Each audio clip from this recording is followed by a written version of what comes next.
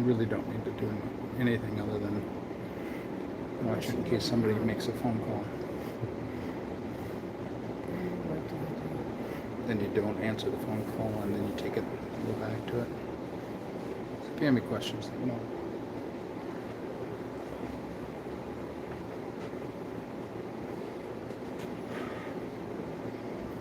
Hello, Andrew. What are you doing? Would you like something to drink? H2O. Hello.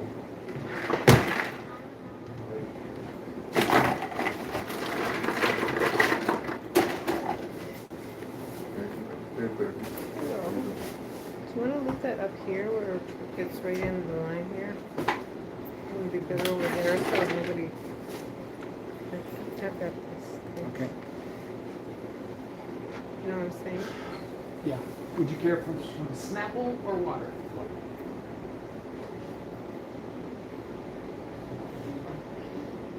Snapple.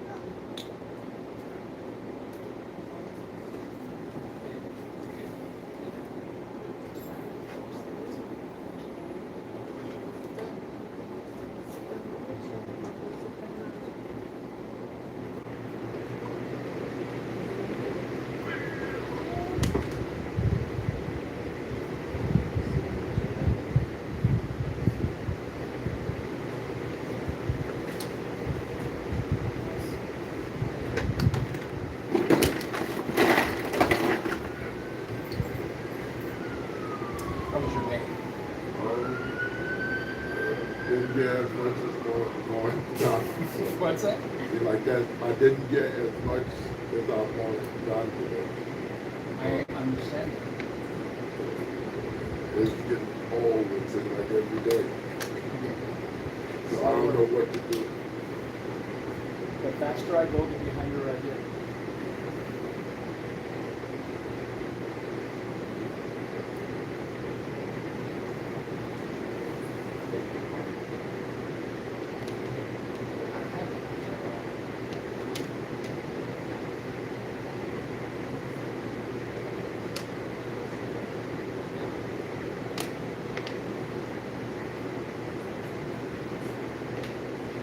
Well, there are a few other people that said they're coming, but whether they do or not, this is a good practice. And the material that I'm going to be covering, no matter whether it's 1 or 51, it doesn't get old. So what we try to do, and you should get one of these from the back there. You can register, put your name and everything, and then there's a questionnaire there, and also a place for notes. And then I'm going to take us through some exercises that'll help you kind of understand your money. This is a legal slide. I got to put this up, okay? I'm with Primerica Financial Services. We're actually two different companies. There's Primerica Insurance Company and Primerica Financial Services. So I have two separate licenses. One license is for life insurance, and the other license is for securities. And the reason that we have separated the companies is because what happened to our owner's parents when he was a sophomore in college. He had bought their parents had bought a whole life insurance policy for $10,000. And they had paid on it regularly for a long time. And I know all the ones in that other container work. So if you've got one that didn't work. And they paid on it regularly, but I think it was his sophomore year in college, his father died. And the insurance company paid them $10,000 of the insurance premium, but the cash value in the policy, the insurance company kept. And I'm going to talk more about that through the course of our seminar tonight. And he found out at a family reunion that if they would have had a different kind of insurance, instead of $10,000, they would have been covered for $100,000, which at that time would have been enough to take his mother through the rest of her life and actually raise his two siblings. But as a college student, he had to send money back home to help his mother survive. Once he found that out at a family reunion, he started doing some investigation. He said, that can't be true. That can't be true, what you're saying. And the more he investigated, the more angrier he got. And he started working to go against what had happened with his parents. And so far, what has happened is Primerica has actually changed the insurance industry. They've changed it so that other companies had to respond to the lies that they were putting in. And they're not lies, but they're statements that mislead people. Well, it's like you get more profit for a whole life term. So that's why it's that way. Yeah, you get a bigger commission check. Yeah. Okay, and one of the things that happened is that all these insurance companies tried to put our company out of business. So they wrote all sorts of documents, and then they started lying, telling commissioners, doing all sorts of things to try to put us out of business. And today we probably put more insurance companies out of business just simply because our products are so much better. But the reason I got involved is my son, who was in the Air Force, he got tired of waking his kids up in the morning to say goodbye, and then coming home from work and waking them up to say hello. He said, this is not what being a father is about. And he wanted to start doing something where he could be at home and he could raise his kids. And a guy at church told him about this. And he said, you know what, we're hiring. We will train you how to do this. And he started, and about a month into the game, he gave me a call. And he said, Dad, I got to show you something. I'm learning more about finances than I've ever known before. And I know you really didn't teach me much about it, but that's because you didn't know. And I said, you're right. And so he wanted to start, he was in Las Vegas at the time, and he wanted to start an agency here. So I said, yeah, I'd do it for him. And so I started doing the business for my son. And I did it for my son for about a year. And then he asked me to go to the convention, much like the convention you went to, Andrew. And when I heard agent after agent that got up and speak, and their first words out of their mouth were, I thank my Lord Jesus Christ for giving me this opportunity. Isn't that what you heard? Over and over again. And then the CEO, and Primerica is the largest financial services company in North America, marketing company in North America. The CEO of this major company, and we're a Fortune 1000 company now, he got up and he said, in order to be successful in this business, you have to serve your God first. And then after that, take care of your family. And then do your business. And if you do that, this company will give you more money than and allow you to do things for your God you never thought possible. And along with that, you'll be able to provide for your family unlike you've ever thought possible. And I've never heard that coming from the mouth of a CEO that, of a major company like that. You know, what they usually do is work 15 hours a day, and when you're fried and done, then we'll fire you and find somebody who's fresh. So, what we do is we help families earn more income, become properly protected, debt-free, and financially independent. I had an opportunity, as many of you know, to deliver a nice check to a widow recently. And because of that, she's going to retire in September. Without that, she'd be in a whole different place today. We are the leading provider of financial products to middle-income families. We have over 126,000 agents licensed right now, and our goal for next year at this time is 150,000. We're listed on the New York Stock Exchange. So I don't know, do you know much about the New York Stock Exchange, Norgie? So, and the New York Stock Exchange, it's really quite tedious to get on that. But when we were listed, we opened up at $15 a share. And today we're about $150 a share 10 years later, 11 years later. So our growth has been good. Now, another thing about our growth, ever since COVID hit, every single month, we have done better than the last 41 years. Every single month, we've hit a record month. And the reason that is really quite simple. Everybody knows and is facing mortality right now. And so when you used to say, do you have life insurance? I said, nah, I'll get around to that someday. Now you say, do you have life insurance? No, but I need some. And the other thing is that a lot of people did not handle their finances right, and when COVID hit, it pointed that out. It showed them that they did not make some good financial decisions. The other thing is that we have been in business in 1977.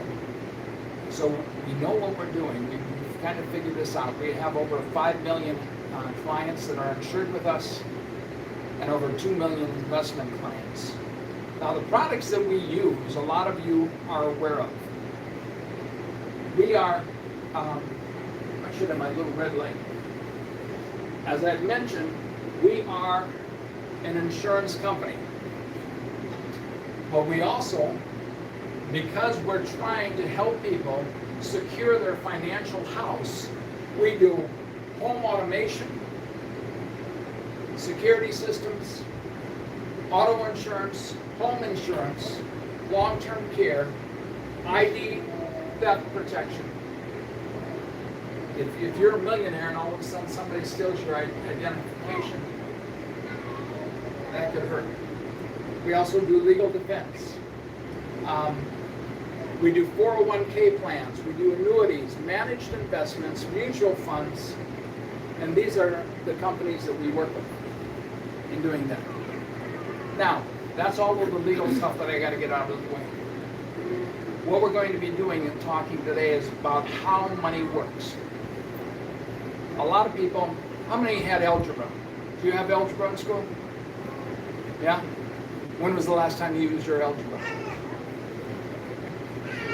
Did you have checkbook 101 in school? When was the last time you used your checkbook? And I shouldn't say checkbook, I should say check card, right? Things are changing, right? But yet, school doesn't prepare us for that. It doesn't teach us that. And so that's part of the mission of our company, is to teach people how money works. You can get out of debt. You can build savings. And you can get on a path to financial independence. But you have to do some of the right things. So have you ever heard the phrase, the rich get richer and the poor get poorer. A lot of times that phrase is used to blame the rich. But really what's happening is the rich are doing things rich people do. And the poor are doing things that poor people do. And yes, there are some circumstances where somebody becomes rich without doing the right things, and somebody becomes poor without doing the right things. Somebody just walked in and they went into the woman's bathroom, which isn't really there. Ron? Your camera's not picking up what's on there. Yeah, I didn't think it would. So one of the ways we do this is, in order to conquer a problem, you need to know that a problem exists. So I'm going to ask you, if you would, this is different than most speakers, take out your cell phones. And I want you to follow this link. Go BeDollarSmart.com.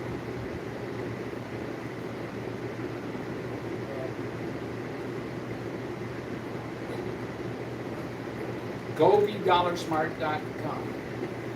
And once you log in there, it's going to ask you to put in your initials. And then it's going to, you're going to take a survey. The survey is about 5 minutes long. That's all it'll take. So if you go ahead and do that now, so once you get in, it's going to ask you for the code. Put in that code. And it'll take about 5 minutes. It's not going to ask you, it's not going to know who you are. The only thing that's going to ask you is for your initials. So it's not asking for a social security number and your check card number and your date of birth, your last son's, oldest son's name or anything like that. Go ahead and take that survey, and you're going to get some alerts. Now the alerts are things that you need to take a look at. Some of them you need to address immediately. Some of the alerts may not even apply to you because of situations in your life. And some alerts may be things that you need to do later on. So if you go ahead and do that. Let me know when you're done.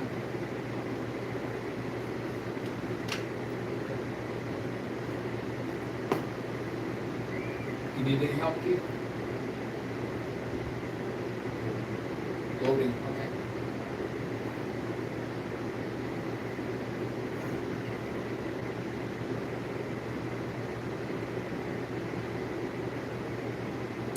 Oh, for those that are watching on video, you may not be able to see the screen. It's go.BeDollarSmart.com. Go.BeDollarSmart.com. The code is 5LK4D9.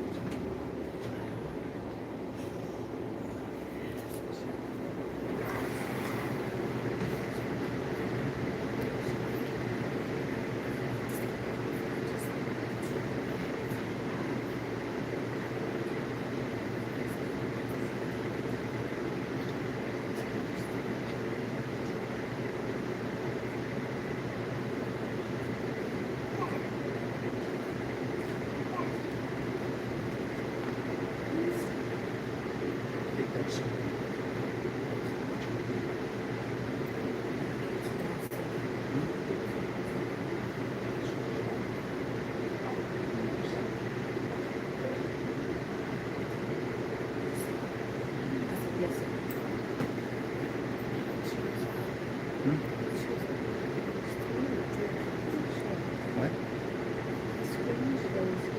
Mm-hmm.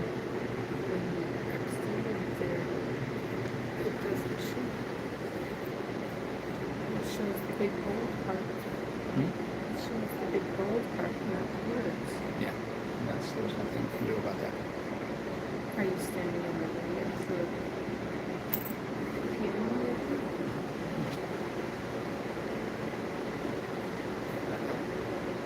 It's still there.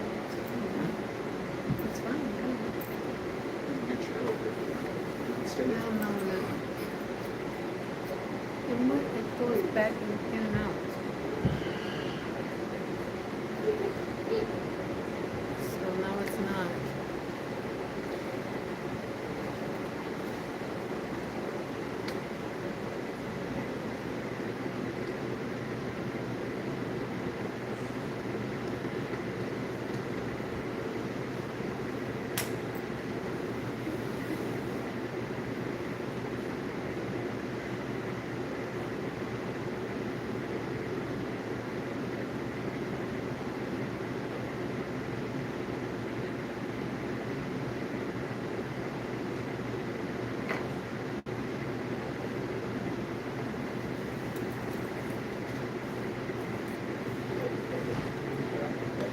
Yeah, once you get your alerts, take a screenshot. Make sure that you're taking a screenshot of all your alerts, or if you have to take two, do that. And then text them to me.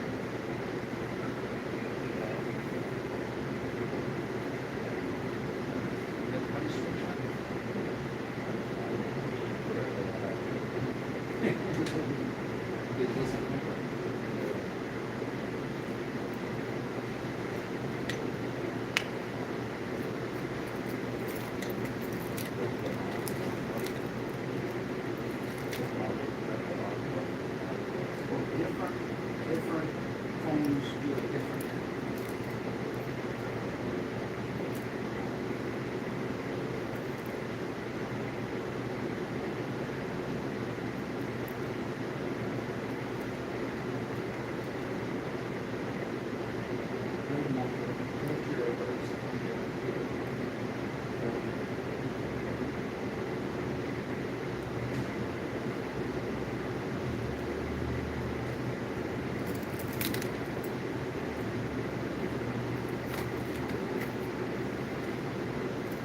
How you doing, Andrew?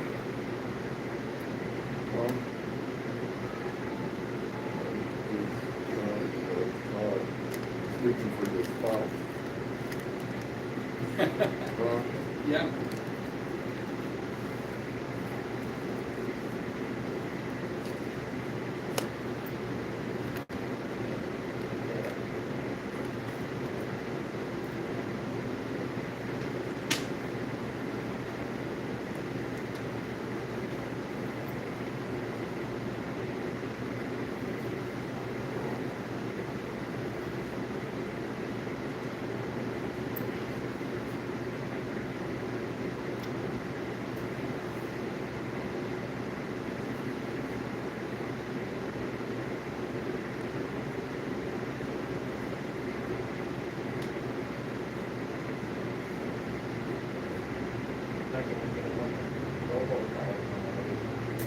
How would they do that? You have no information in there that's personal. The only information that's personal is you texting me.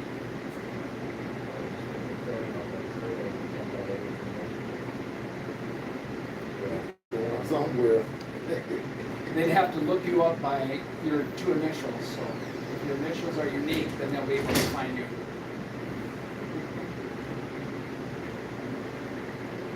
I saw a cartoon the other day, and it was a dog, and a raccoon was approaching a dog.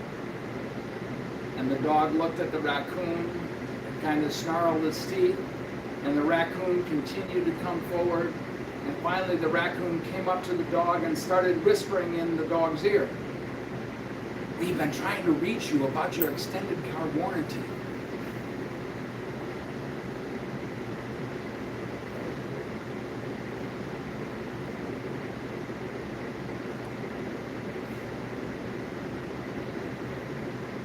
I wonder how many calls they have to make before they actually talk to somebody.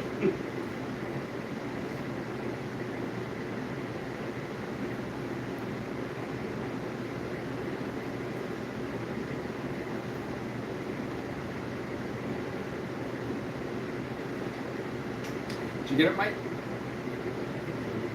Okay, did you text me your screenshot? Okay.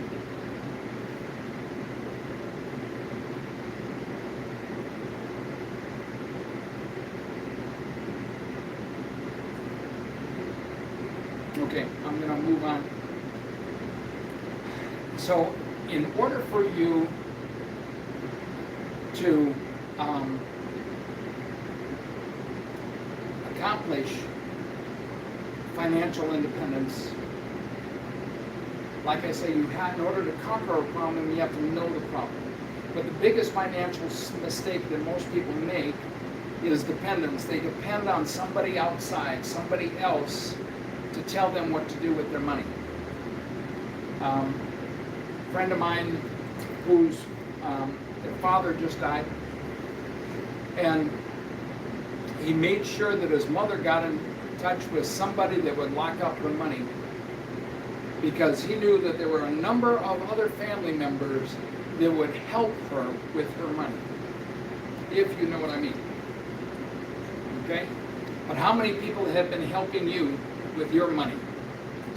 One of the things we got to do is we've got to take control.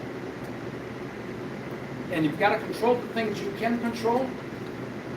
You can't control whether there's going to be Social Security in the future or not. We have no control over that. You can't control whether your employer is going to come up to you and say, "By the way, today's your last day." You can't, well, you kind of can. You can help them make that decision easier. You can't control what the tax rate's going to be next year, or in 10 years, or inflation, or the rising cost of goods, the risk from a single investment.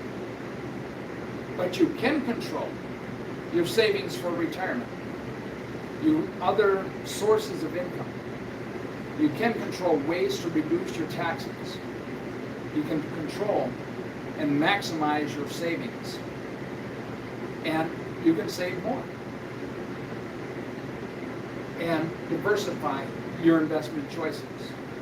I've talked with some people, and one of the questions on this is, how much money do you have in savings? And they have $25,000 in their Wells Fargo checking account or savings account. And I say, how much do you ever need at one time? Oh, I need about $2,000 a month. And they've got that money there actually losing money. Now, what do I mean losing money?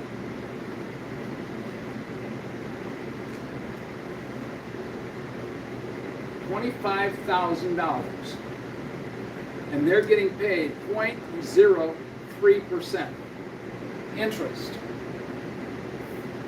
Inflation is anywhere between 2 and 4%. So that means that this money is losing 2 to 4% a year, and it's making 0.03% a year. So they're losing money by having money in the bank. there's other places you can put your money that are going to get you better interest than that. Even if it's money that you have to have liquid. The other thing you want to look at, these are things you can help with. I was going to create a book list and I didn't get to that, so write this down. There's 3 books that I want to tell you about, and one I'm going to have you look up because I can't remember. But the first one is The Richest Man in Babylon. And The Richest Man in Babylon, what they talk about, he talks about the 7 rules of gold. And the number 1 rule is pay yourself first. The number 1 rule is pay yourself first. The second book, Thank God first. that is true. And I'll be covering that in a little First bit. goal. Yeah. So 10% goes to God. 10% you put away. And when I had my summer work program, I said 10% goes to God, 10% you give to your parents and say thank you for letting me live here and for feeding me. 10% goes to your your savings. 20% goes to your, or 10% goes to your investment, 20% goes to your savings, the other 50% you can do whatever you want with. I don't know how many kids did that, but I know that if anybody would follow that, they'd be wealthy. Because one of the things that happens when you start tithing first, you start counting where your money's going. Okay, I'm going to give 10% to God. That means I can't spend 98%. When you start paying yourself first, you start looking at, do I really want this $150 pair of tennis shoes? Or am I going to get a $50 pair and put $100 in savings? Okay? We need to adjust our priorities. The American society, Americans are a me, me, me society, and I want it now. If we don't adjust our priorities, then you'll never be financially independent. We need to change our thinking. We need to adjust our lifestyle. Anybody that is registered in my database gets a weekly newsletter. Solomon, do you get that newsletter? You do? Okay. And the newsletter that they had just recently was, one of it was Live Cheap. It's talking about living cheap. Okay? Earn additional income. What else can you do to earn some extra income? What do you have around your house you don't need? My wife could name a whole lot of things I don't need. And then avoid the credit trap. We're going to be talking about credit cards and credit trap in a little bit. But do you have a goal? Do you know where you want to go with your finances? Do you have a plan? Most people don't. And that's one of the things our company does, is we will do an independent financial needs analysis for every one of our clients, absolutely free of charge. Some banks charge about $1,500 for that. So, the pay yourself first. At the bottom of your sheet, there's a little chart like this. Have you ever wondered how much money you've earned over the course of your life? Take a look and put in your average estimated income times the number of years you worked. That equals the amount that you've earned over the course of your life. Now, I don't know about you, but I've had a whole lot of different averages. But just guess. And then take a look at that, and then write down the amount of personal savings you have. Is it 10% of what you've earned over the course of your life? Mine's not. I had mentioned that I got started in this business because my son told me or asked me to do it. And as I mentioned, after I went to the convention and I saw what this company does, I stopped doing the business for my son. And I started doing it for myself and my community. I started seeing the freedom and what this can do for people. And that's when I changed. I have, about 4 years ago, we had between my wife and I, we had $25,000 in retirement account. Isn't that exciting? At 64 years old. That could be 1 month's income if I got sick, right? You can go through that really quick. Because nobody ever taught me this. Nobody ever showed me this stuff. How important is this for people to know? And that's one of the questions we ask all the time. Who else needs to know this information? There are 3 accounts we need. We need an emergency fund. So Michael, what's an emergency fund?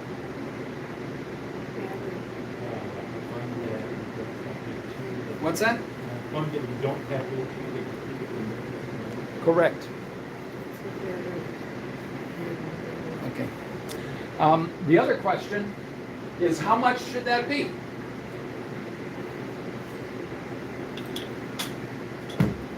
Solomon, how much should your emergency fund be?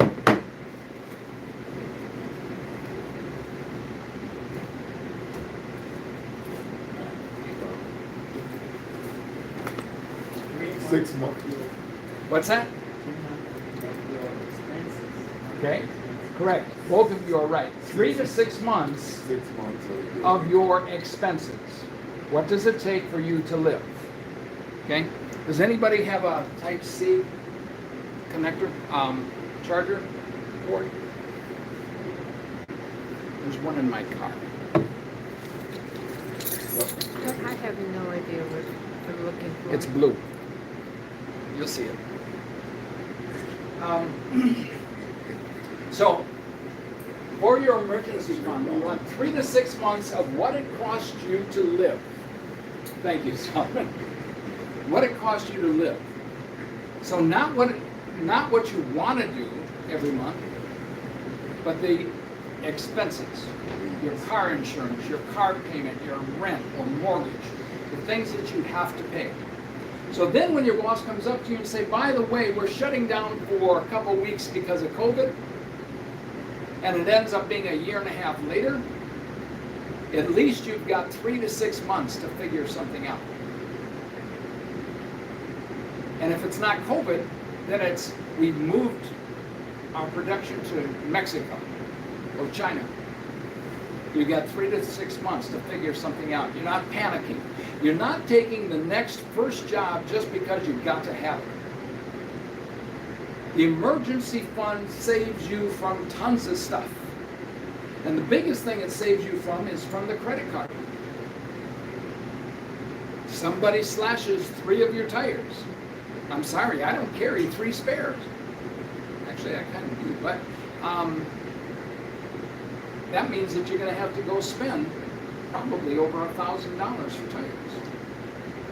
If you have $300 tires.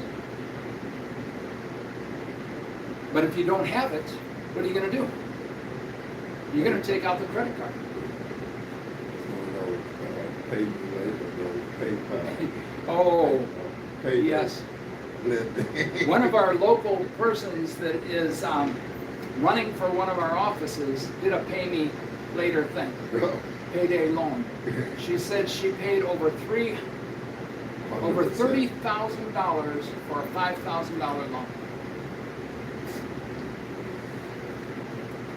That is ridiculous. But that's what you'll do if you don't have an emergency fund. Your next one is your short term. How many people pay cash for their car? Not many. Okay, Keith does. I only buy used cars. If you saw his car, you know. Um, Hey Keith, I gotta say, this is just between you and me, we're not gonna tell the rest of the world, but when you ran into the corner of my car, the following week, somebody pulled out in front of me from an alley and took all your damage away. oh, that was the car. So, yeah, they pulled out in front of me and on that same corner hit it, but they did a whole lot more damage than any damage that you did, and so you have no damage. But the other piece now is that your short-term savings, you want to start a business. All you have to do is push the, there you go. You want to start a business, or you want to buy a cabin, you want to buy a house. That's where your short-term savings. Money that you want to save, but you're going to use before you're 59 and a half. That has to go into a different type of an account other than your 401k, your 401b, your IRA, or your Roth IRA. The last one is the four that I mentioned, your 401k, 401b, Roth IRA, traditional IRA, simple, if you're self-employed, a simple IRA. If you have these three, then you're on the road to being financially independent. But without them, if you have the first two, that's great. But what happens when you get my age and you have no money? And then your knees give out, and maybe you can't work, you can't do the job you used to do. Okay? So how do you do that? How do you start saving? So one of the things we do is based on your total savings allocation. At least start. At least do something. I had a young man, I think he was 27 years old, and he wanted to start investing. So he invited me over to his house. Now, I get paid when people invest. Okay? I don't get paid by them. I get a commission based off of their investment. And we did a financial needs analysis for him and found out that he was a very typical American and had, and this is typical, $15,000 of credit card debt. You know what I told him about investing? I said, I will not invest a dime of your money until we get rid of this credit card debt. Because you're paying, and how many people know the exact amount that you pay on your credit card if you don't pay it off every month? Do you know what that percentage is? Do you know, Michael? Solomon? Do you know what your credit card percentage is? Okay. What is it? May I ask?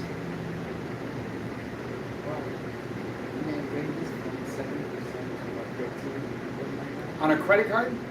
Okay, well, that's a very good credit card. Yes, that's a very good. Most credit cards are from 15 to 36%. It's that range. And it depends on how well you've been paying them. You can have a credit card like yours. I had a credit card that was 0%. And I got laid off. What's that? 0% introductory rate? Or? No, it's actually 0%. But, and there were some other caveats in there, okay? But I got laid off and I missed 2 payments. And it shot to 36%. So we think, you know, we're gaming the system by using this card, and then something happens because I did not have an emergency fund when I got laid off. I didn't know about that. And that credit card went to 36%. So I said to him, we're going to start a plan to get your credit card paid off. And in July, when it's done, if we follow this plan, then we can start investing. But what I did do is I helped him start an emergency fund. So every month he's been putting $100 into an emergency fund so he doesn't have to go back to that credit card. And he's making an extra $200 payment on his credit card every paycheck. That means $400 a month. And pretty soon he'll have it paid off. Okay? But you want to put 50% of your savings, allocated savings dollars into your emergency fund until you get it to 3 months. Once it's at 3 months, then you can let that percentage go down to 25%. But while you're at 50%, then you use 25% to your short term and 25% to your wealth building.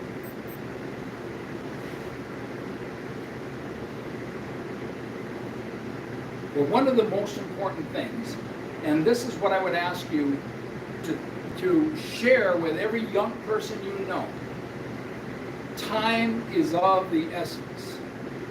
You need to start today. Okay? Time and consistency. You see, a one-time $1,000 investment that is invested at a rate of 9% for a baby that's just born. So Paul was just born.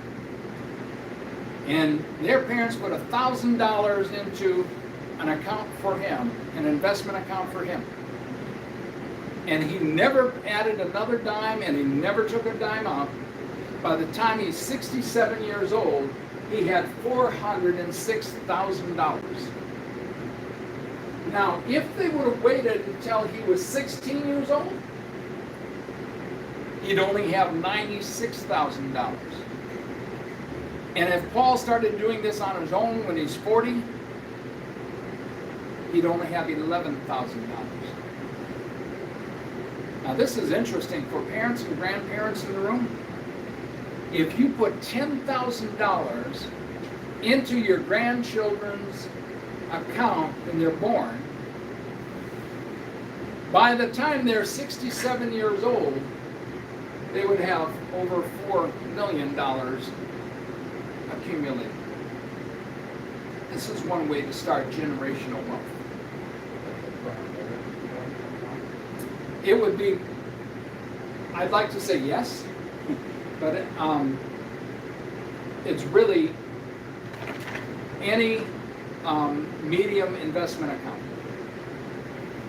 So when I invest for people, I always fill out a questionnaire to find out what their investment profile is, how much risk they want to take, and it's a teeter-totter.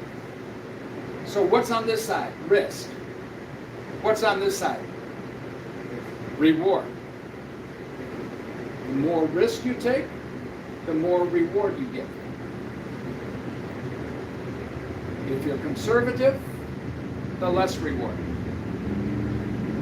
So, in some of the accounts,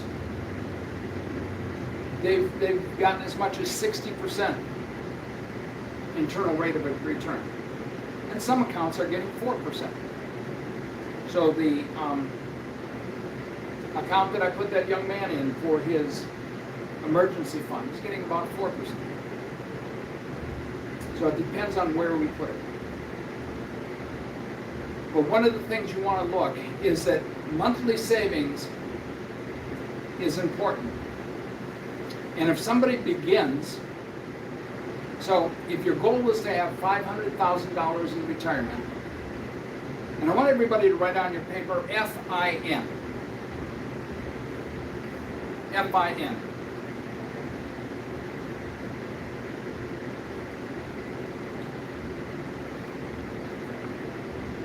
And that means financial independence number. What is your financial independence number? And the reason I want you to write it on your paper is I don't want you to let me forget to talk about that, okay? But if your goal is to have $500,000 of savings when you're 67, at 25 you have to save $89 a month. Let's just round that up to $100 a month. That means they have to save $25 a week. That just means stop drinking those Starbucks coffees. That's all it means. Okay? At 35, they have to save $224 a month. And at 55, they've got to save almost $2,000 a month to get to that same place of $500,000. more than 21 times the same amount. So there's a really high cost of waiting, okay? And the sooner you begin, the sooner you'll reach your goal. The greater the potential of growth on your investment. So $100 a month at 9%. Okay, again, $100 a month at 9%. At age 25, you're going to be at $566,000. At 26, just waiting 1 year, you've lost, what's that, almost 50,000. At age 30, you've dropped down 200,000. And at age 40, you're now at 137,780. So there's a very high cost in waiting. I want to show you this in regards to compound interest. So Einstein said that the most powerful force in the world is compound interest. And here's $10,000 one-time investment at a rate of 7%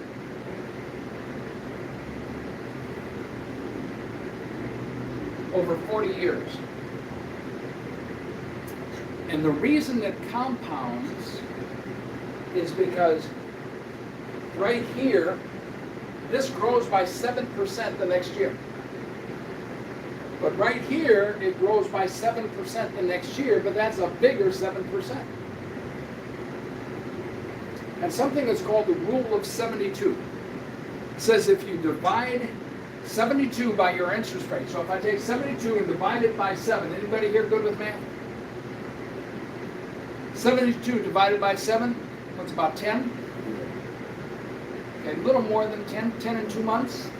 So in 10 years and 2 months, you'll double your money. If you get 10% interest rate, that means in 7 years, a little more than 7 years, you double your money. So the better your interest rate, the quicker it's going to double. Now, one of the things, if you want it to grow a little faster, put a little more money in. So a monthly contribution of $20 versus $100. It makes a big difference in where you're going to end up. So the rule of 72 goes like this. I call this the scenario of the three brothers. We got brother 1, brother 2, brother 3. Their dad worked really hard, didn't make a lot of money, they had a lot of struggles in their life, and their dad passed away early. But their dad's brother was really wise with money and saved his money and was very generous. So at the funeral, Uncle Joe, we'll call him Uncle Joe, because Joe would do something like this, came up to the three brothers and gave each of them $10,000. And said, I'm going to give you $10,000, but I'm going to give it to you on one condition, that you invest it, not spend it, and use it for your retirement. And, retirement, that's 40 years away. But he said, or 50 years away. He said, but if you spend it, I want it back. And they said, okay, Uncle Joe, we'll do that. So brother 1 went down to Papa's bank.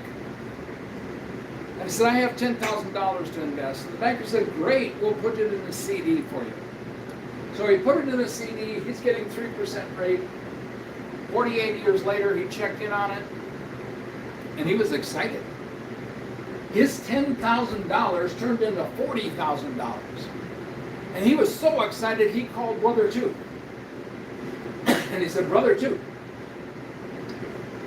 you know that $10,000 we got from Uncle Joe? Mine is all the way up to $40,000. And brother 2 says this, what? I said, it's up to $40,000. And brother 2 said, is that all? What do you mean, is that all? What do you got? Well, brother 2 didn't go to dad's bank. But brother 2 bought some bonds. And he's getting a 6% rate. And for his 6%, So, and 10% it doubled every 24 years. But at 6%, it's doubling every 12 years. And so, he had $40,000 24, you had 24. But at 48 years, he had $160,000. Brother one hung up on him. So, brother two was so happy with himself, he called brother three. And he said, hey, I got to tell you what just happened. Brother one just called me and he was boasting because he had $40,000 in his savings account from Uncle Joe. I told him I had $160,000 and he hung up on me. Brother three said, you have how much? I got $160,000. Is that all? What do you mean is that all? What do you got? Well, you see, I invested with my Primerica agent. And I got an average of 12%. 2.5. And I got 2.5 million. Click. You see, the percentage matters. The percentage matters. Rate of return makes all the difference in the world. So one-time investment of $3,000, whether it's 3, 6, or 9%, you can see the difference. It makes a big difference. But one of the things we really need to do, in order to invest, you gotta spend less than you make. Happy man, he who makes $10 and spends 9. Sad man, he who makes $10 and spends 11.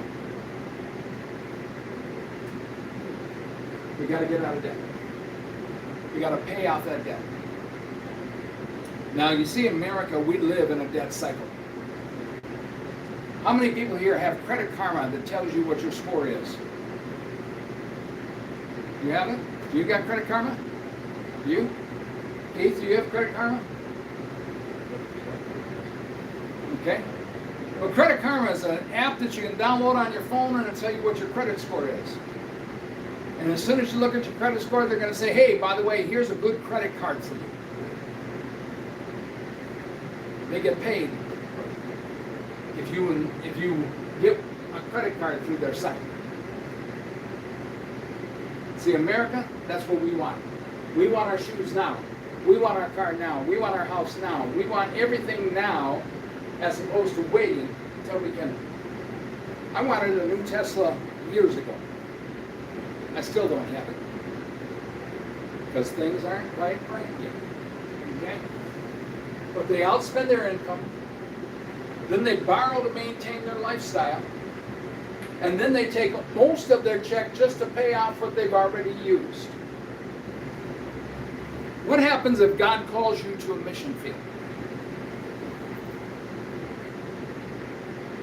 Can you go? Or do you have to say to God, God, I can't go because I've already spent the 3 years you want me to go to the mission field. I've already spent it.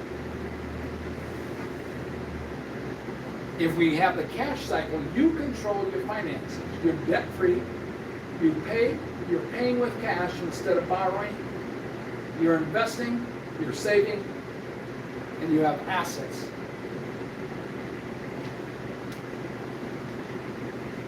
I didn't introduce Andrew. Andrew is actually one of my agents.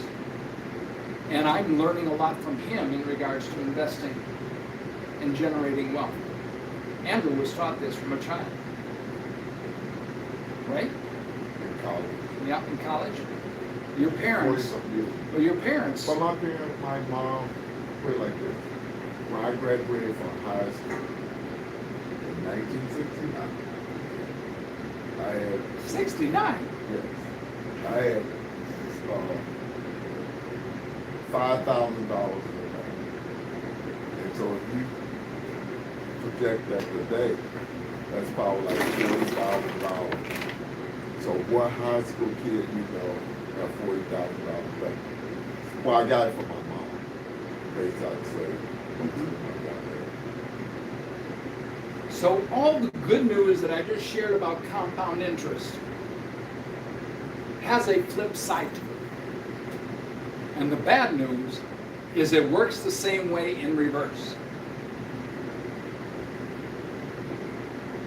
Did you know that if you made a one-time purchase of $3,000 on a credit card and just did the minimum payment, it would take you 10 years to pay it off, and you'd end up paying over $2,000 in interest charges. Now, you bought that $3,000 item because it was on sale at 25% off. And you didn't have the $3,000, so you used your credit card. So how much did you pay for that item? $5,000. That's more than 25%, isn't it? The thing about revolving credit and fixed debt, do you understand what the difference is between the two? Revolving credit is a credit card. So every day, the credit card company looks at what your debt is, and they add daily interest to it. For example, if you have $1,000 on your credit card today, and tomorrow they add the interest and it's $1,000, $1,001. The next day they're going to look at 1,001 and add interest to that amount. And the next day they're going to look at 1,002 and add interest to that amount. That's a revolving credit. However, a fixed debt would be like your car loan. You owe $1,000 on your car loan, and it's going to be $1,000 for that month until the next month when they assess a new credit, when they assess a new interest. But just the same amount, $17,000 debt at 18%. Anybody ever get a car loan at 18%? I did. Okay. Got my credit score, I got them on at 2.5. 2.5. Once is that your latest one? I got it at 2.5. Okay. Over 6 years, I would pay if it's like $2,000 or $4,000 if I just took 6 years. Which Yeah. is incredible car. Compared I'll to- pay that in 1 year. Now take a look at this. $17,000 at 18% on a revolving credit card, you're going to pay $12,500 in interest. But on a fixed loan, it's $5,370. Stay away from revolving credit. Now, how do we get these things paid off? What do we do to get them paid off? So we have something that's called the debt snowball that we talk to people about. And what does that look like? What that looks like is this. These are this is your debt, outstanding debt. You got a Macy's card. You got a Visa. You got a car loan and a MasterCard. And what you do is you take your smallest payment and you pay that off first. So that $220, you're going to pay that off first. And if you can sneak a few extra payments in there, you do it. But your monthly amount is $2,720. Now what happens is when you get that paid off, you don't go get another debt, but you take that $220 and you put it to your next debt. So now your next debt, which you normally paid $353, you now instead add that $220 to it. And by doing that, you're paying $573. And you think that card's going to disappear a lot quicker? Absolutely. But when you're done with that, you don't go find another debt to replace it. You take that $573 and you put it in with your $551 you're paying for your car, And now, instead of $551, you're paying $1,124 on your car, and all of a sudden, that's gone. And now you take that $1,124 that you were paying on your $303, and instead, you pay that off at $1,427 a month, and boom, that's gone like snowflake on July. And then you take all of that money and roll it into your mortgage. The next thing you know is that you've just paid off your debt. And instead of taking 23 years to do it, it took you 9 years. And instead of paying $214,000 in interest, you're paying $83,000 in interest, saving over $130,000. Anybody here want to save $130,000 on the same money? This is the same money. This isn't different money. He didn't get another job. This is the same money. But it's not replacing debt when they pay off. What we do is we get one credit card paid off, then we go load it up again. That's what Americans do. Let's stop that. You've got to value that. And then you've got to avoid common mistakes. What are the common mistakes? Not valuing your credit. Does everybody know what your credit score is? Don't raise your credit limits on your cards. It's okay if you don't use it. It's okay if you don't use them. But most people that need this help are not going to not use them. Okay? But also what happens when you raise the credit limit on your cards, you go in for a loan and they say you have 3 credit cards and you had a $2,000 limit and you raised it to $5,000. And now the banker looks and says you have 3 cards, that means you have $15,000 of available credit. That means tomorrow you can go out and max all of those cards out. And you're not going to be able to pay back my loan that you're asking me to give you now. And so it actually hurts you. Also, monitor your credit history. Has anybody ever found a mistake on their credit? There's a house in Chisago City, apparently, that I own. It's on my credit report, or was, until I had it taken off. And you want to continue monitoring your credit score. If it goes funky, if it goes crazy, maybe somebody just bought a truck in your name. There's people that all of a sudden got a demand letter, a foreclosure letter on their house that they bought in Florida. Wait a minute, I don't own a house in Florida. Oh, yes, you do. You signed for it 2 years ago. What do you mean I signed for it 2 years ago? Well, 2 years ago you took out a loan on this house? No, I didn't. Somebody did, in your name. You got to monitor your credit score and take a look at what is on there. That's also why we recommend having ID theft protection. So, what was it, 3 months ago somebody stole my wallet? I did something stupid. I left my wallet in my car, and then I left my car unlocked. I put a big note on the window saying, "Wallet inside, please steal me." That's about what I did. But they got it. And I got a call from the bank that says, "We're seeing some suspicious activity."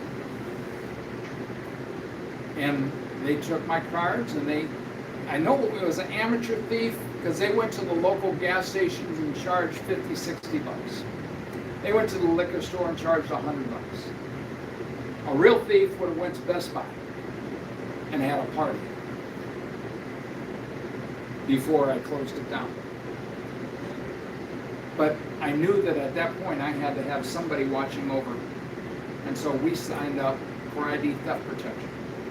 So if he wants to take my passport card was in there, my driver's license was in there, my social security card was not in there.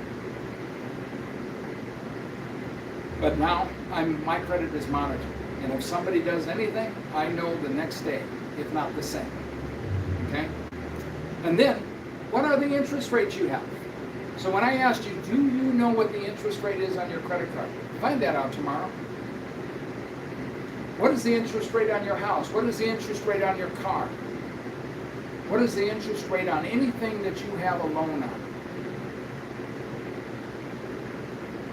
And that may encourage you, if you have a 15% interest rate on your car, it may encourage you to pay that thing off quicker and use debt snowballing to do that. Now, the other thing, it's nice to be out of debt, and it's nice to invest. But what's really important is what we call income protection. And when we say income protection, what is income protection? That is who depends on your check. If somebody else depends on your check, you want to make sure you're protecting them. So, you depend on my check? Yeah, she does. Okay? So I have to make sure that that income is protected. And our company teaches people how to have the right kind of insurance and what to do to not have any insurance at all. Let's take a look at that. The right kind of insurance makes sure that the people that are depending on your check are still going to get that check if a drunk runs a red light, even though it was not your fault, and you were dead right. You're dead, but you were right. So Keith, what happens if all of a sudden you're not bringing in that check? What happens to your household? Is your household going to go on the way it was? So what we say is that you insure your car in case it gets totaled. You insure your home in case it gets on fire. But are you insuring your life?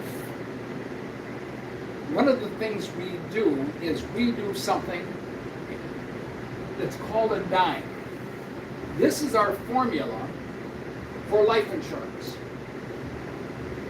DIME. Debt, income, mortgage or rent, and end-time expenses. How much debt do you have that will survive you? What does that mean? If you have a student loan that's a government student loan and you die, that's gone. The government forgives it.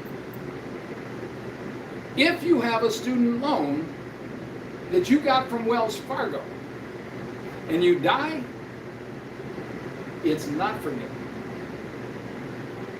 So there is debt that's forgiven. So if you die and you owe $150,000 on your house, that's not forgiven. But the debt we're looking at here is the debt we looked at in the snowball except for the mortgage. What do you have to insure? So if you have $10,000 or $15,000 in debt, you want to have an insurance policy that's going to cover that amount. So generally, if somebody has that amount and they're subscribing to getting out of debt, in our insurance packages, I'll write a 10-year policy for $5,000 or $10,000 or whatever that is on the deed,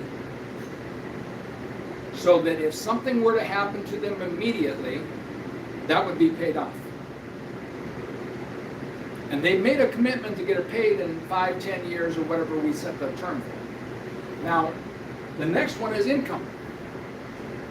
If you're making $40,000 a year, does your wife, do your kids depend on that money to pay the bills every month? So if you have $40,000 that you're bringing in every year and all of a sudden that's not there, does the home get foreclosed on? Does the car get repossessed? Do the kids get pulled out of daycare and now have to go to grandma's house? Do you have to start working 2 jobs? Does your wife have to start working 2 jobs?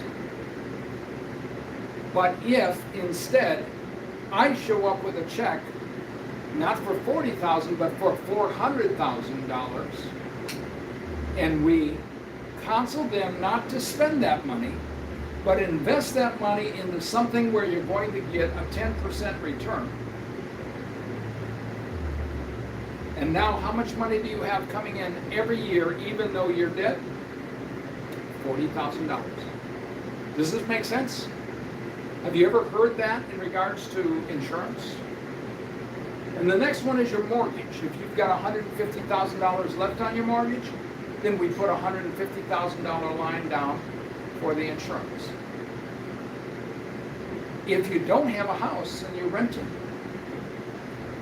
how much do you pay for rent a year? Multiply that by 5. And we put that amount down, so now your wife, your kids have 5 years of income to pay their rent and to get things figured out. A lot of times what they'll do is they'll take that amount and now buy a house because it's enough for a down payment. And the last one is end-time expenses. Do you want a funeral where they're going to sprinkle your ashes in the backyard? Or do you want one like Pastor Joe? Where you're going to give everybody a gift bag and pay for everybody's transportation in town and out of town and their stay, etc. So is that $8,000 or $25,000? But if you're Hmong, it's $50,000. You know the Hmongs celebrate. I don't know if celebrate's the right word, but their funerals are about a week long. And the relatives are expected to feed everybody while they're in town and to take care of them. So that, if you add each of those together, that's how much life insurance you should have.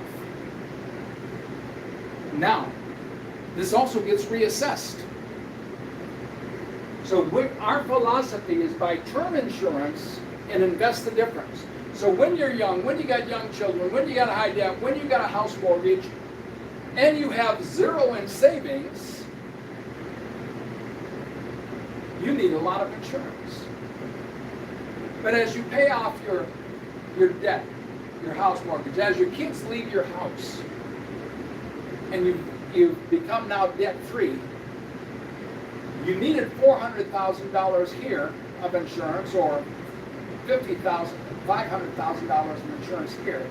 But as your savings grow, and now you have $200,000 in savings, and you needed $500,000, but your kids are gone, and you reassess your dime, and your dime says you need $40,000 or $400,000, but you've got $200,000, how much life insurance do you need?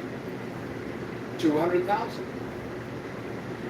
Okay, so now you stop paying the amount that you were paying, and you're paying less. What do you do with that less money? You put it in here. And so now this is starting to grow faster.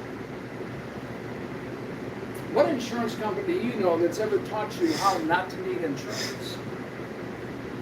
So by the time you're here and you have $500,000 and that's enough for your retirement, or you have $1.3 million and that's enough for your retirement, how much life insurance do you need? 0.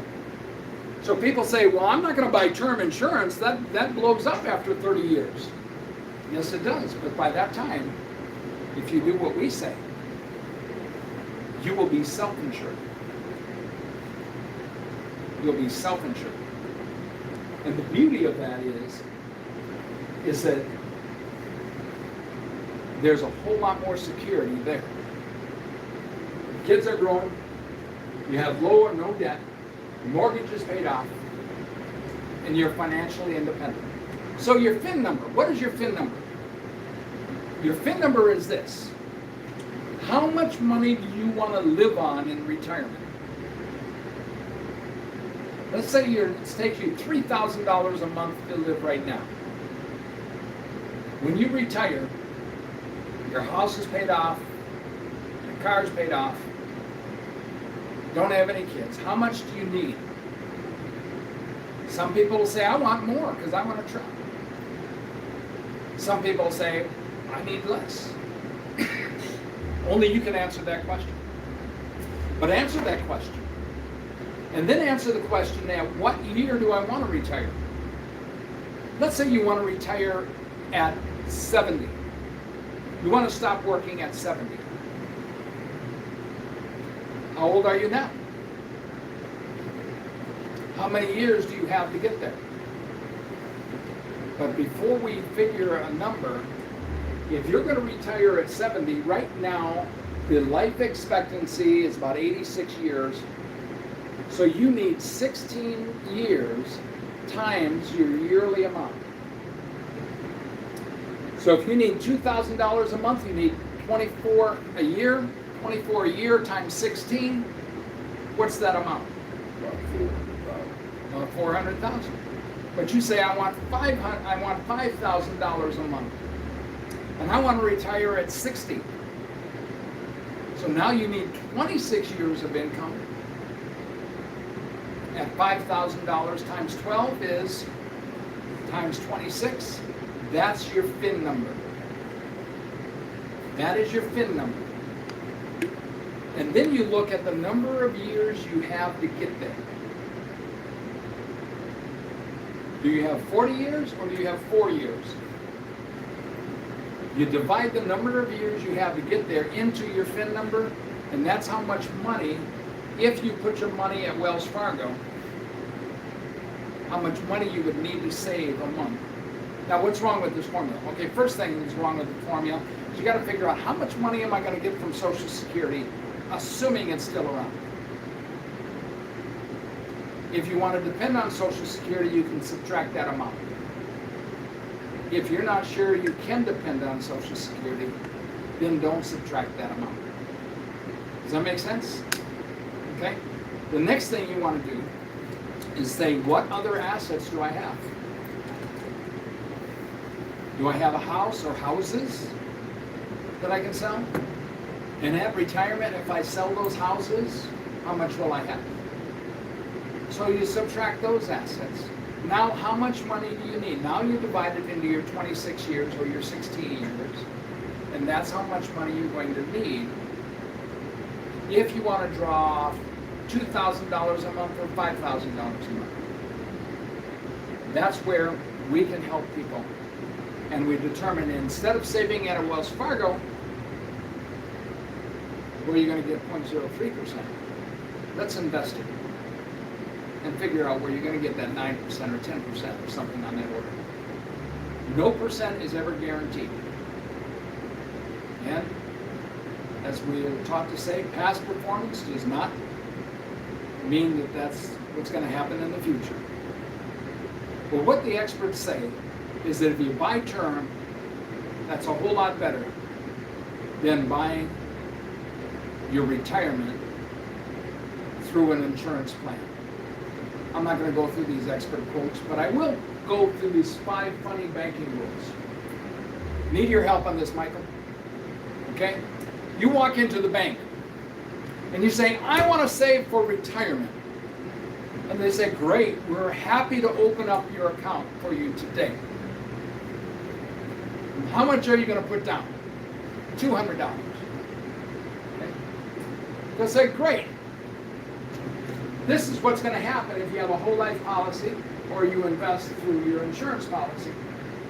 We're going to keep the first 2 to 3 years of your savings. So you're going to put in $200 a month. How much is that a year? $2,400 times 3. And so on the 3rd year, when you invest that $200, you'll now have $200 in your retirement account. Does that sound like an exciting place you want to do business with? No? Why? The majority of Americans, that's what they're doing. Okay? So here's the second rule. The second rule is we're going to pay you from 3 to 5% interest on the money that's in there. Or you're going to earn 3 to 5% interest on the money that's in there. Okay? It's reasonable. And by the way, if you need some of this money, we'll let you borrow it. We will let you borrow your own money, but we're going to charge you between 5 and 8% interest on the money you're borrowing. Whose money is that? Now, see, there's where you made it wrong. You were, but you just, paying interest on your own money. You're paying interest on your own money, Right. but while it's gone, while it's out of there, they're not paying you interest on the amount that you borrowed, even though they're charging you. Here's the fourth rule. If you want to borrow your money, they can take up to 6 months to give you your money. How do they word that? Let me tell you how they word it. Instead of saying we're going to keep the first 2 to 3 years of your savings, they say after the third year, your policy is going to start developing cash value. Now you're paying $200 more a month on this insurance policy so it can have cash value than what you would pay on a term account. But for the first 2 to 3 years, you get no benefit at all, zero. And then, the fifth rule, this is they were trying to get in contact with me about my extended warranty. I've had 16 calls this week on travel. Okay, I'm not going to take long on this, but in most insurance companies for $1,000 of protection, they charge $9.93. Our company, on the average, charges $3.53. On an average,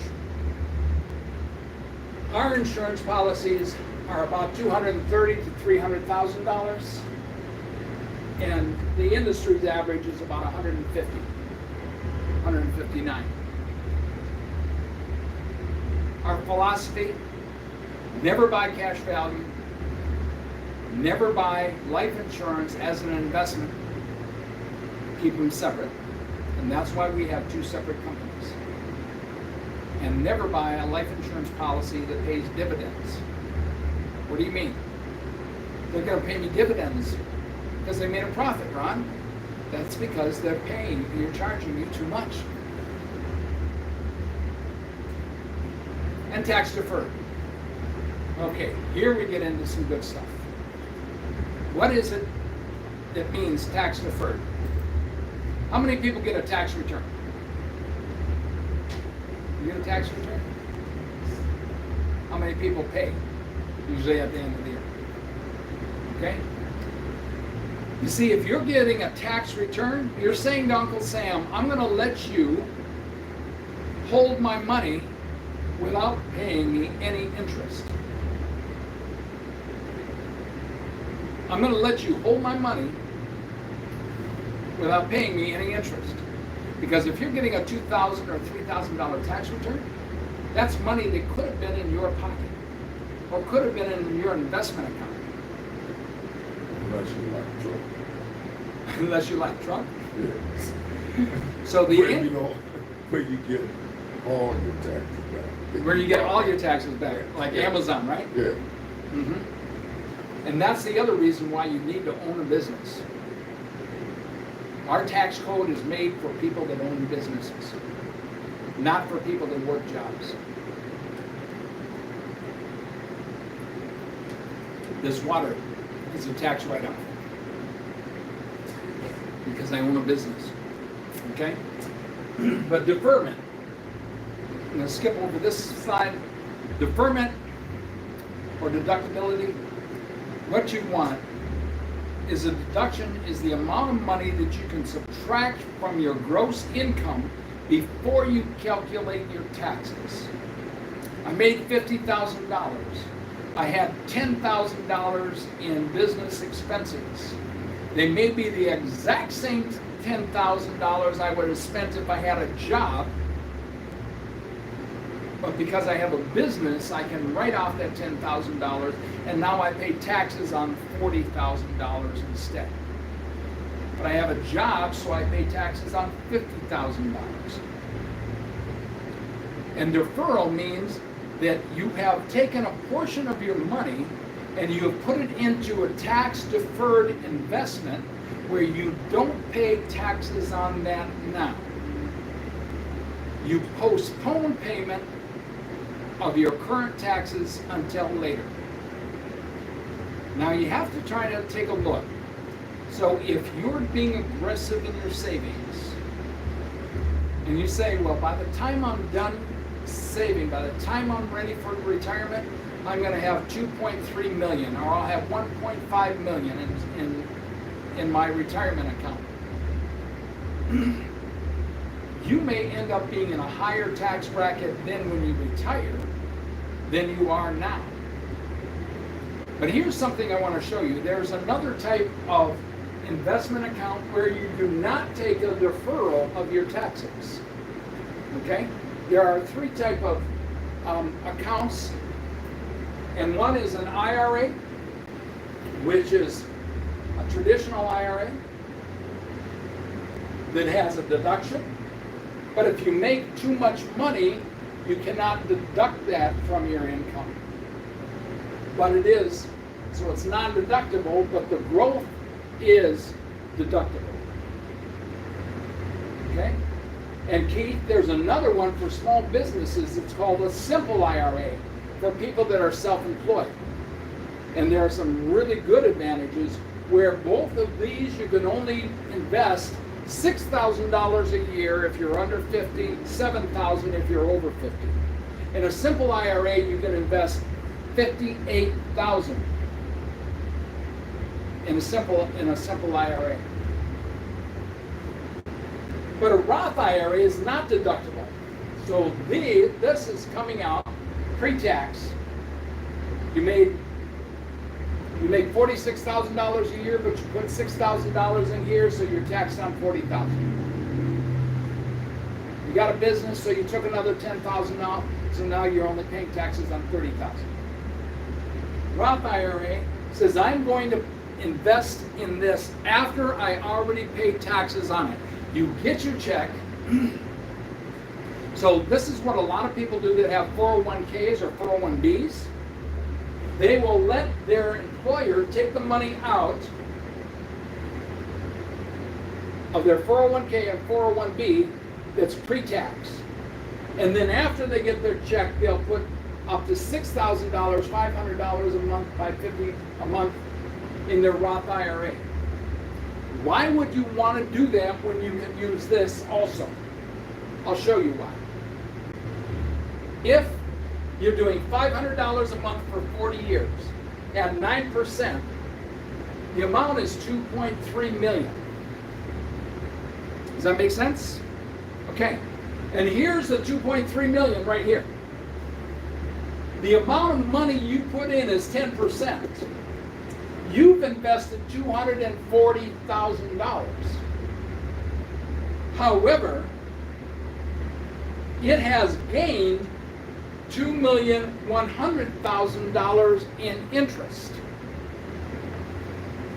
Wow. That's a beautiful thing, right? Now, if you have a 401k, 401b, IRA, or Roth IRA, this is true. This is true. Now, where all this changes, 401k, 401b, Roth IRA, simple IRA, that's tax deferred, now you're 59 and a half or better and you want to take some money out. You have a value of 2.1 million. You have to pay taxes on all of this money. And if you hit to a 30% tax bracket, that means instead of having 2.3 million, you're paying $700,000 of that in taxes. If that money is in a Roth, if this money is in a Roth IRA, you pay taxes on this 10% before you put it in there. And this $2.1 million grows out of that. And when you're ready to take it out, you pay 0 taxes. 0. Okay, did you guys hear me? 0. No taxes at all. The beauty of that is there's twofold. Is that the rules on an IRA, you might have a lot of money in there, and you don't need the money at 59 and a half. You don't need the money at 65. You don't need the money at 72. But the government says, I don't care whether you need the money or not. You have to take 4% out. You have to take 4% out. And can somebody do a calculation for me real quick? What's 4% of 2.3 million?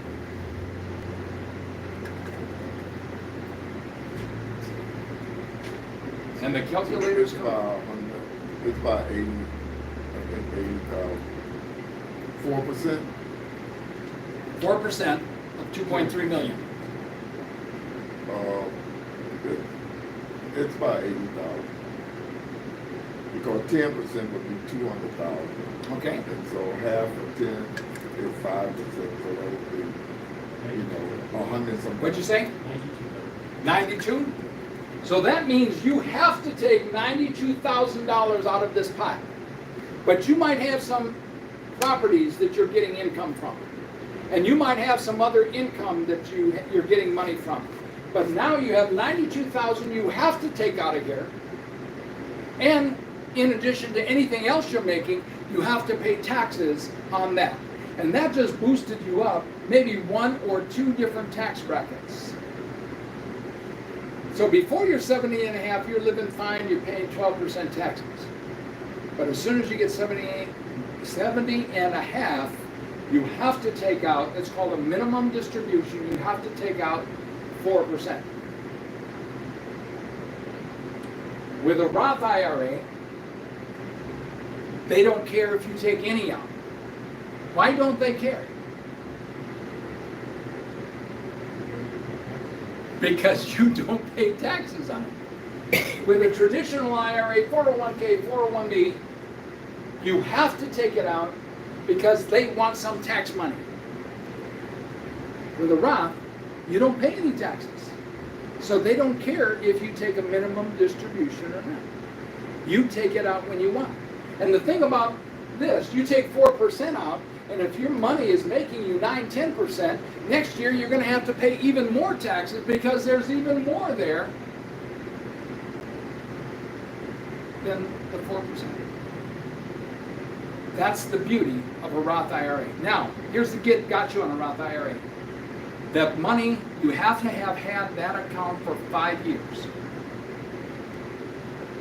So you say, wait a minute, I'm 40 years old. Of course I'm going to have it in there for 5 years. Yes, you are. But what if somebody does this when they're 57 and they want to retire at 59 and a half? That's not going to be 5 years. Then you will have to pay taxes on it. Okay? So, the got you, it has to be in there for 5 years. So I tell everybody, start a Roth right now and let your year start clicking. It doesn't say all the money has to be in there for 5 years. It just says you have to have the Roth for 5 years. Here's the other beauty. With these, if you want to take money out, a 10% penalty and ordinary taxes. With a Roth IRA, you can take the blue out as long as it's been in there for 5 years without any penalty before you're 59 and a half. So if you start a Roth IRA at 25 and at 35 you need some money for a house, you can take some of that blue money out and you're not penalized. Isn't that a beautiful thing? Isn't that a beautiful thing? So there are many benefits of tax deferral. Either way, both of those are good. And it's finding the right strategy based on your income and based on your tax bracket. And these are things we look at. excuse the slide, it says 5,500. That was a few years ago. It's up to 6,000 right now.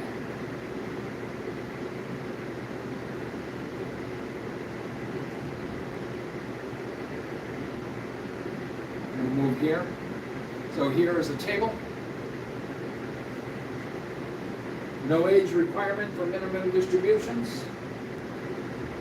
This is taxable when you withdraw. It's always tax-free. This is tax deferred, and this is tax deferred on the earnings. Okay? This, it's deductible on your income, based on your income limits. This is not deductible. This is before taxes, this is after taxes. Last slide, and this goes into, now I got brother A and brother B. Brother A is Andrew, brother B is Bob. Brother A is a young brother. Brother B is older. How old is he? 1, 2, 3, 4, 5, 6, 7, 8 years old.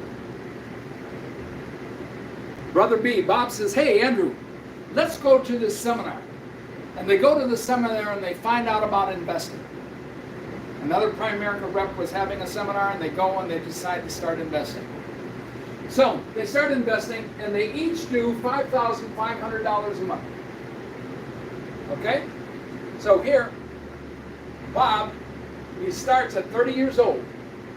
Every year he's putting in $5,500.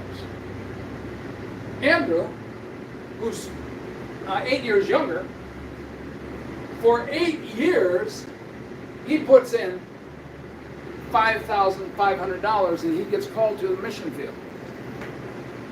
And so he's on his way to India or Africa or somewhere else. And he no longer can make an investment. But he continues to leave his money in there. Question: who's going to have the most money when they retire? That's a trick question, so I'm gonna take our one that people left. It's the young. Okay, here we go. And because he invested 8 years ago. Earlier, he has 8 years more of compound interest. So here, he gets done, Bob gets done, he has $209,000. But Andrew, even though he only invested $44,000, has $2 million. So I said $1,800,000, the other one has over $2 million. Just because he started early. Isn't that amazing, Andrew? It is. Own your money. Don't allow other people just to tell you what to do. Know what your interest rates are. Know where your money's at. Know what you got to do to get there. And if you need more income, come and see me. Or get a job at the car wash. See, what our company does is we jump over the bank and we let you go to the global market. And in the process of doing that, you make a whole lot more money. I'm going to end it right there. You never gave us that one the second book. What's that? Oh, okay, by a rabbi. The name of it is Thou Shalt Prosper. Thou shalt prosper. So, the richest man in Babylon. The wealthy barber is another one. A son said to his dad, Dad, you never taught me about investing or money. Can you teach me? And the dad says, yeah, let's go get our haircut. That's a strange request. That's a strange answer. He says, you'll understand.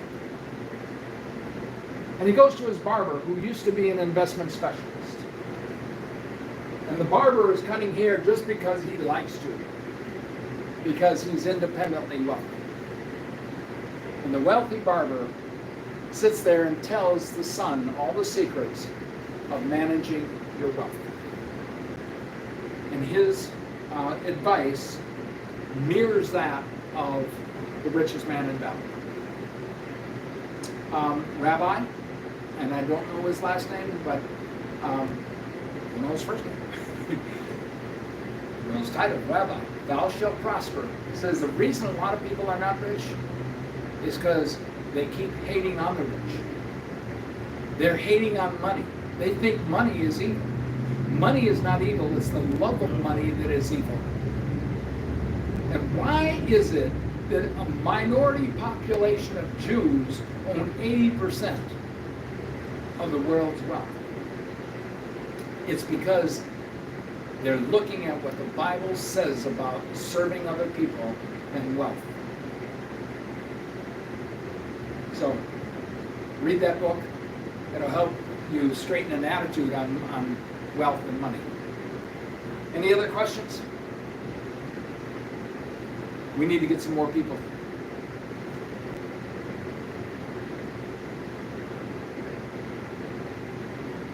Where else do we need to do this seminar, Andrew? Well, I think we got there a bit shorter. I think, We can break it into two pieces too.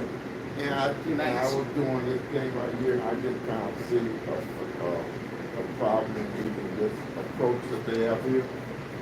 Because they have, for